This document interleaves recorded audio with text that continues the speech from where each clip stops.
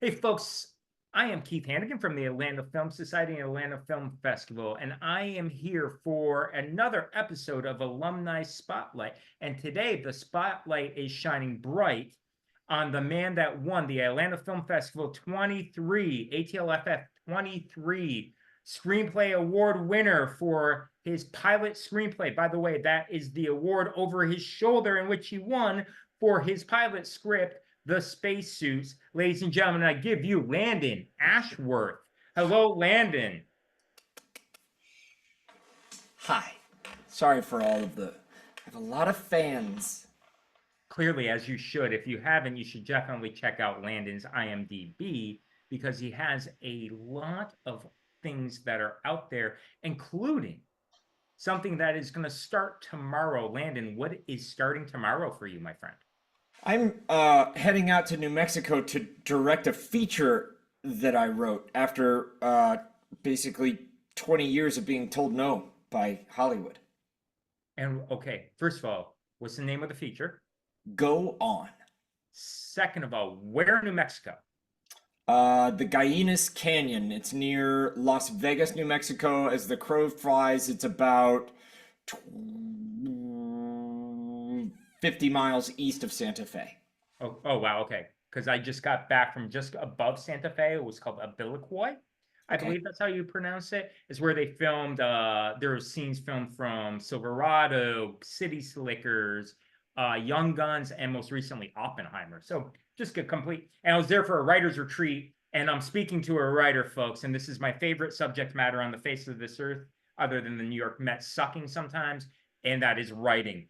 And Landon, I just really quickly tell us you received that beautiful award over the Phoenix that we have here at the Atlanta Film Festival for your pilot script. What was your pilot script, The Spacesuits is about, and how did you get to write this story? It is about the female bra makers of Playtex that won the contract to to make the Apollo spacesuits, and they beat. They weren't even invited to compete. They just kind of showed up against the military-industrial complex. They were fighting for the contract against a bunch of military people, and they weren't invited to join, but they found out about the competition a couple of weeks before it happened, and all the other teams had like 6 months to a year to prepare their prototypes. And not only did they win the contract after just making bras for a living, they destroyed the competition. The reason that I wrote the story kind of severalfold. Number one was because I spent my basically young adult life trying to become an astronaut. I was a pilot first, civilian test pilot, but then they decided they were only going to hire military test pilots when I had all of my hours to apply. So that degree ended up becoming useless. Then they said they were going to slate a mission to Mars and send somebody from the arts community because NASA is a boondoggle and they have to raise public funds. And when I'm autistic, and I had therapists that encouraged me to get into acting classes to learn how to mask my autism because I was bullied really, really, really, really bad growing up. So I had already been an actor basically since I was a young kid. And so I applied to conservatories and I got into one, and then I got my MFA in filmmaking. And then they scrapped the Mars mission. So now I have two useless degrees. So then my academic advisor from undergrad said, well, now you got to go back and get your PhD or your MD. Medical school was too long. So I got my PhD in astrophysics. And on my dissertation defense day, Obama put a 10-year hiring freeze on astronauts, which made all 3 degrees useless. So I sat in my car and cried for a bunch of hours. And then I thought, okay, well, I got to pivot. What am I going to do? I could go back to being a test pilot. Too dangerous. Didn't want to do that. I had already gotten away with murder. I knew I didn't want to teach physics at university. So I was like, all right, I'm going to try to use this MFA and try to make a career as a filmmaker. And so I packed up my car and I drove straight to LA. I knew one person out there, a buddy from undergrad who owned a 22-foot sailboat in Marina del Rey. I moved on to his sailboat because no one was on it. And the person on the sailboat next to mine was a casting director. And the casting director happened to be casting a big commercial. So my very first commercial audition was for American Airlines, funny enough. I got the part, and then they aired that commercial for like 2 years. And that paid that was back when commercials paid a lot of money. And so I made a gargantuan amount of money from that, so I didn't have to have any side jobs. That was lucky. And then so after I booked the commercial, she said, you know, there's no A-list actors that don't have their own production companies. So you need to start making your own stuff now that you're kind of set financially. I mean, I wasn't rich, but like, so I basically took 80% of the money that I earned and bought film equipment. So I bought camera, lens, lights, sound equipment. And then every single time that I got cast as a co-star on a TV show, I would talk to the department heads to learn how to do sound like really well. I would ask every single question that when the other actors were hanging out and bullshitting with each other, I would be with the crew. So then I'd go up to the cinematographer and be like, I just bought these lights. What do I do? How do I set it up? Like, what are your thoughts? This is what I learned in my filmmaking degree, but like I want to learn because you're on set. So I basically, every single co-star that I would book as an actor, I treated it as a master class to be around professionals doing it for a living to learn how to do it myself. So what I wish the casting director would have told me was you need to learn how to network and be making things with other like-minded people. But being autistic and taking things very literally, I started making my own stuff and only my stuff. So I started writing and directing comedy sketches because comedy kind of comes naturally to me. I don't think that I'm funny, but other people do kind of unintentionally. So I just started writing comedy sketches and then shooting comedy sketches. And that's what I spent all of my free time doing, shooting. Then I met some actors and then I put them in my comedy sketches. And then basically I was not getting ahead from my comedy sketches because they were like really weird, esoteric, autistic kind of what I consider smart humor. And smart humor is not made for social media. It's made for, BBC. But I am not the BBC. So basically at the end of having 200, 300 comedy sketches filmed, I finally was like, screw it, I need some advice. So the next show that I was on, I went up to the showrunner and I said, I've shot all of these things, but nobody's hiring me to direct or write. What would your advice be? So they gave me their advice and I followed it to the nth degree, no success. So then the next co-star I booked, I'd go up to the showrunner and say, I need help. I followed this advice, and they'd be like, that showrunner's an idiot. This is what you should do. So then I did that and got no success. The next co-star, go up to that showrunner. Both those guys are idiots. This is what you should do. So basically after 5 or 6 times of doing every single thing that these showrunners told me to do and getting no success from it whatsoever, I was like, all right, well, advice is really not helping me. So then the very last bit of advice that I got was, you need to so basically the advice was, you need to do a topical comedy sketch that goes viral. So I did that. It went viral. Nothing happened for my career. Next bit of advice was, you need to make a short. So then I made a short. The next person was like, did you put your short in film festivals? And it's like, no, put it in film festivals. So then I put it in film festivals. And then it was like a really weird short that was smart, but not like something that normal people would like. Then the next advice was, well, you got to make it topical. It's got to be something that people want to watch, and it's got to win awards. So then I made something that I thought was smart that people would want to watch. And then it won like a dozen Oscar qualifying film festivals. But I didn't go to any of the film festivals because I have crippling social anxiety, so I didn't network at all. So then the next bit of advice that I got was, you need to write a pilot and put that into festivals and win awards. And then when I got into the Atlanta Film Festival, when I won the award, I was like, can you just mail me the award? And they're like, you need to come here and network and we'll protect you and kind of put you under our wing. And so that's what happened with the Atlanta Film Festival. I wrote the spacesuits. I sat down and wrote it in one day. It was my first draft. And I sent it out to film festivals, and then it won 5 or 6 film festivals for best unproduced best pilot screenplay, which kind of leads me to where I am today. So what happened after you won the Atlanta Film Festival? After I won the Atlanta Film Festival, I met people from several different producers that were part of the festival and several lit agents. The lit agents told me nobody's buying historical dramas. Congratulations on your win. F off.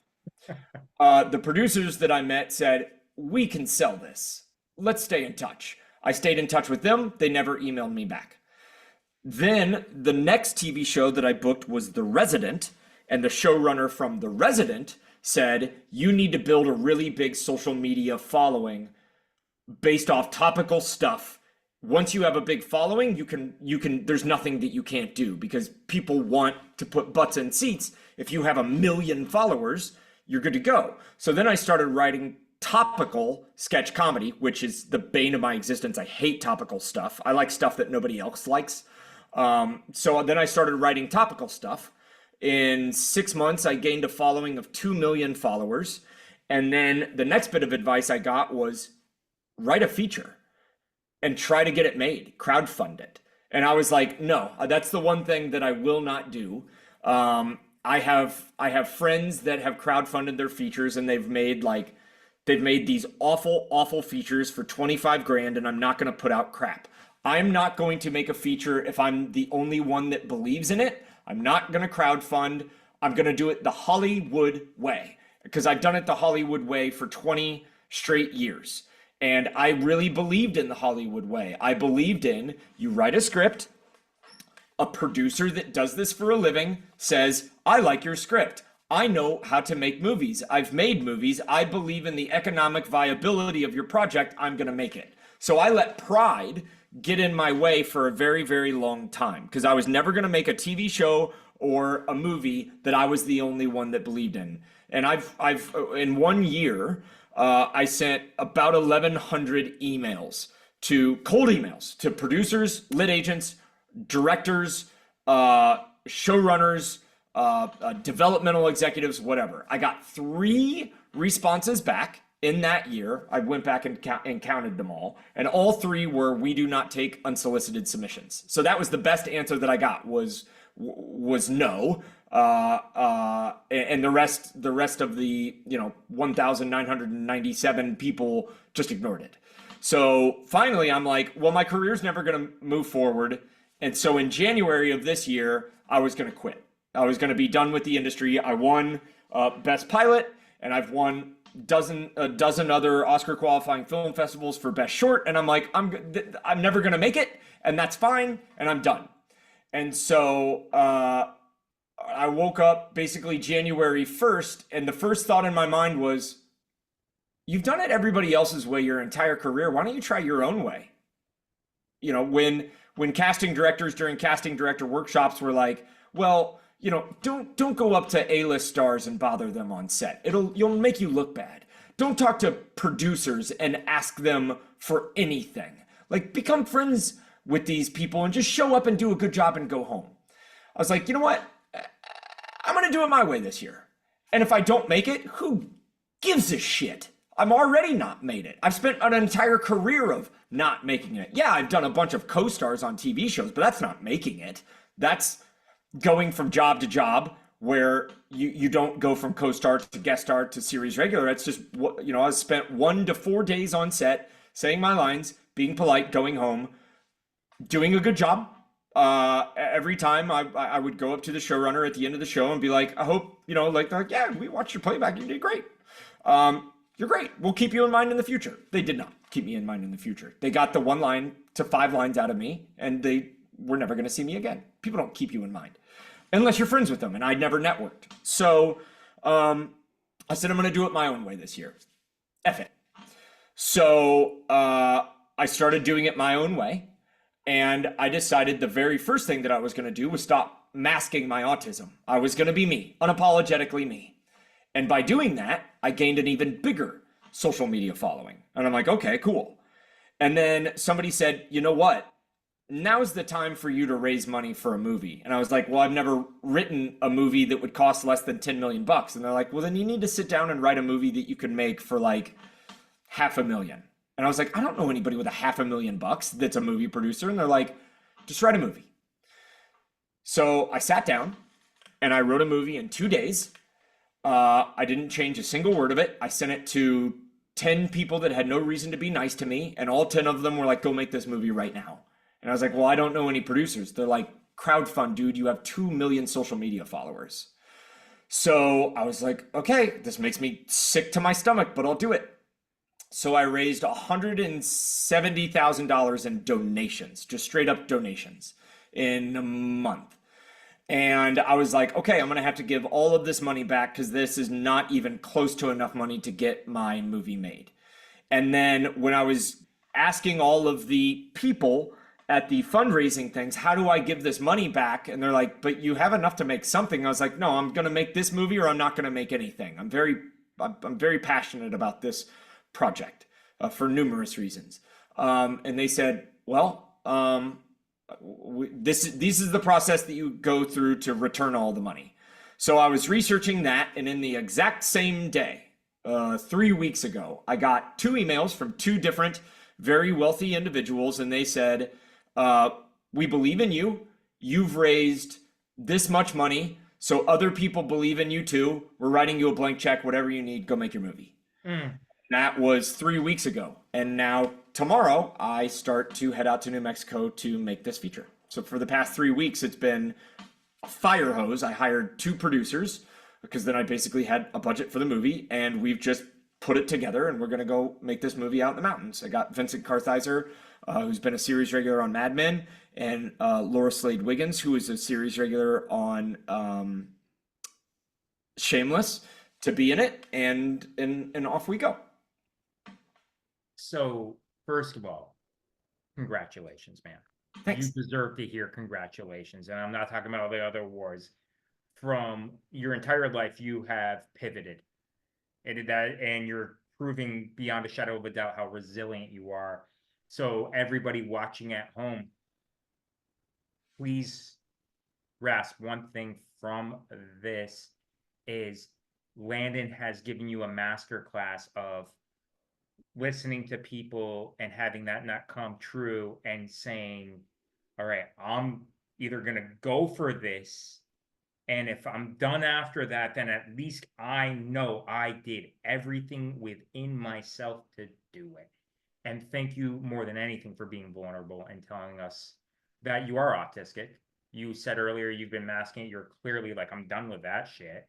Yeah. And thank you for that, because there are people who not only suffer or struggle or have something about them that is a mental blockage for them, or it could be a physical blockage or whatever the case may be. And you're showing them, hey, you know what? I'm going to persevere. And you know what? Because I fucking can.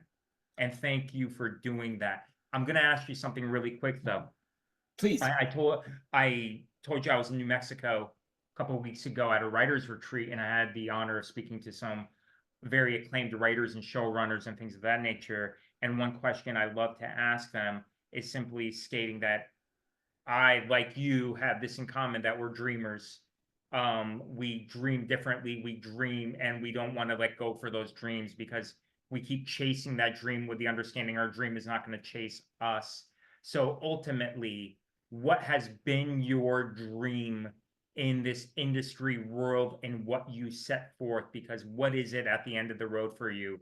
Is it standing in front of an audience receiving an Academy Award or an Emmy or anything like that? Is it saying thank you to your mom for everything she has done for you?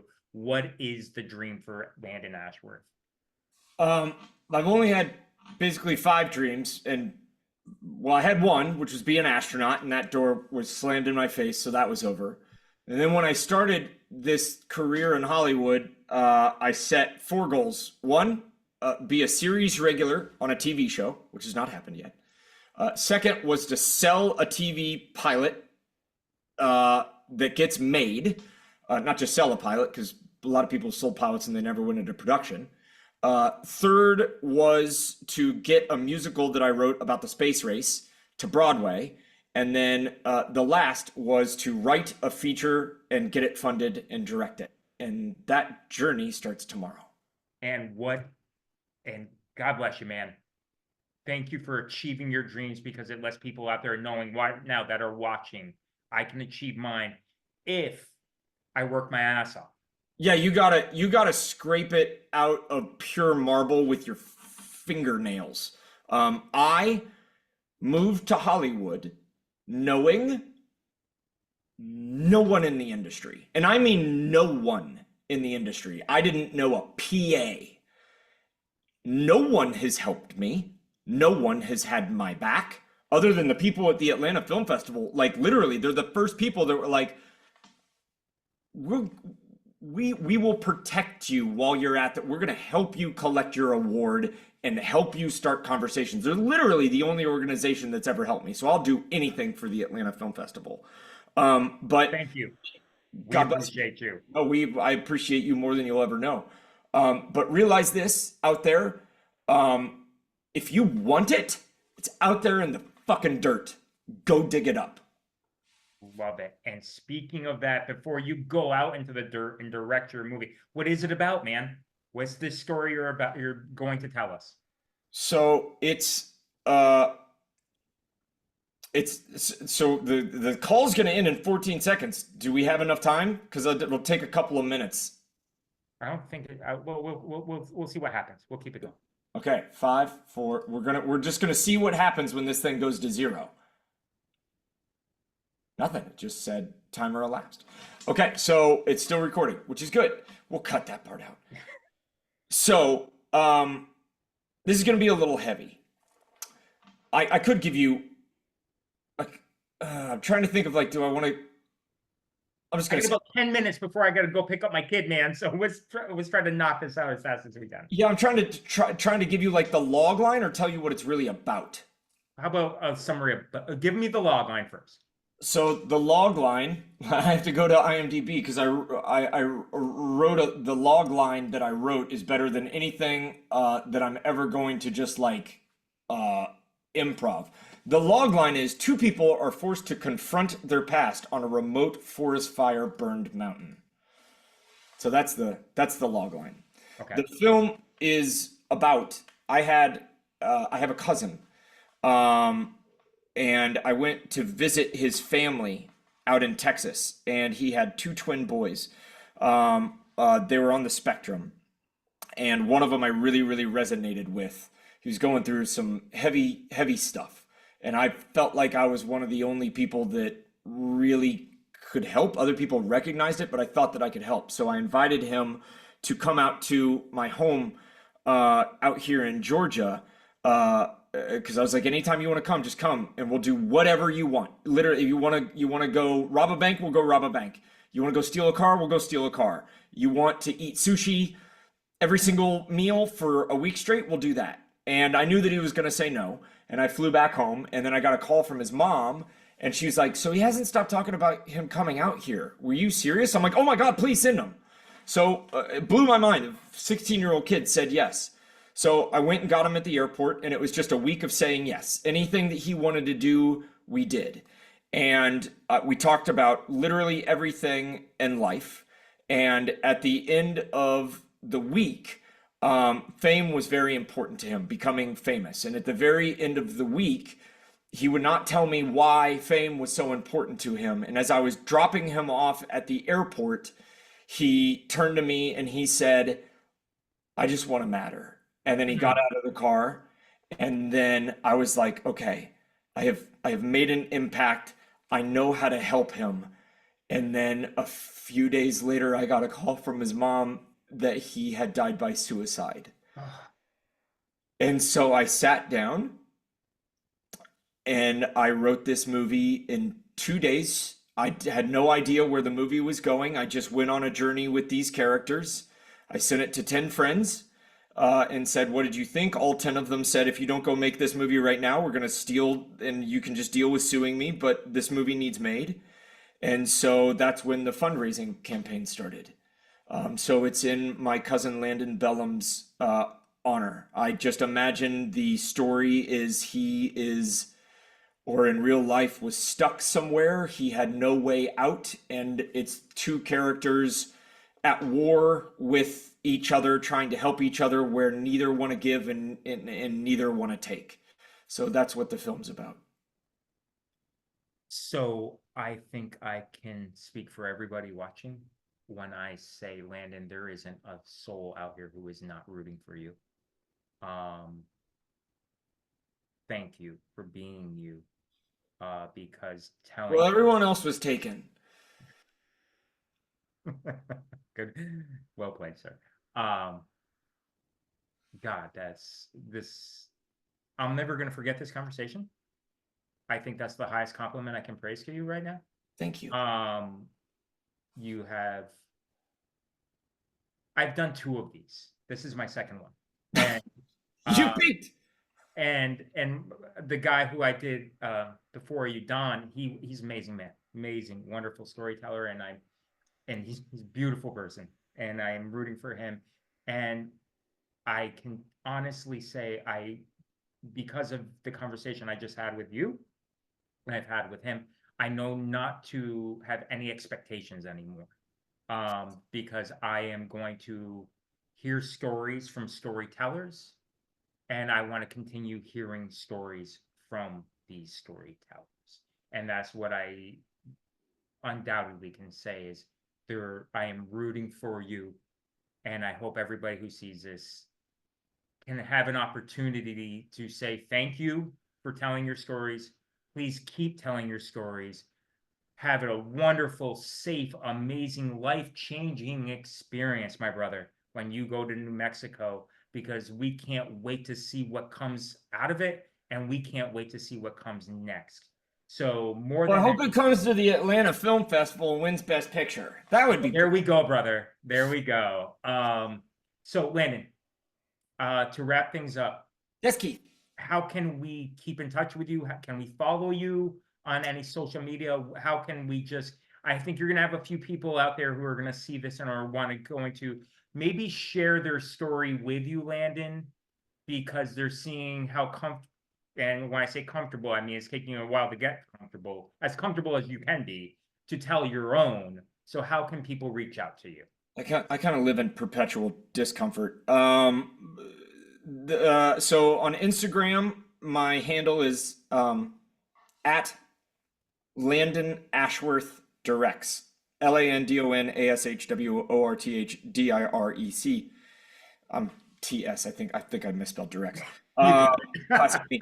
But anywho, yeah, I shouldn't say this. I have 1 million followers on there and 1 million followers on TikTok.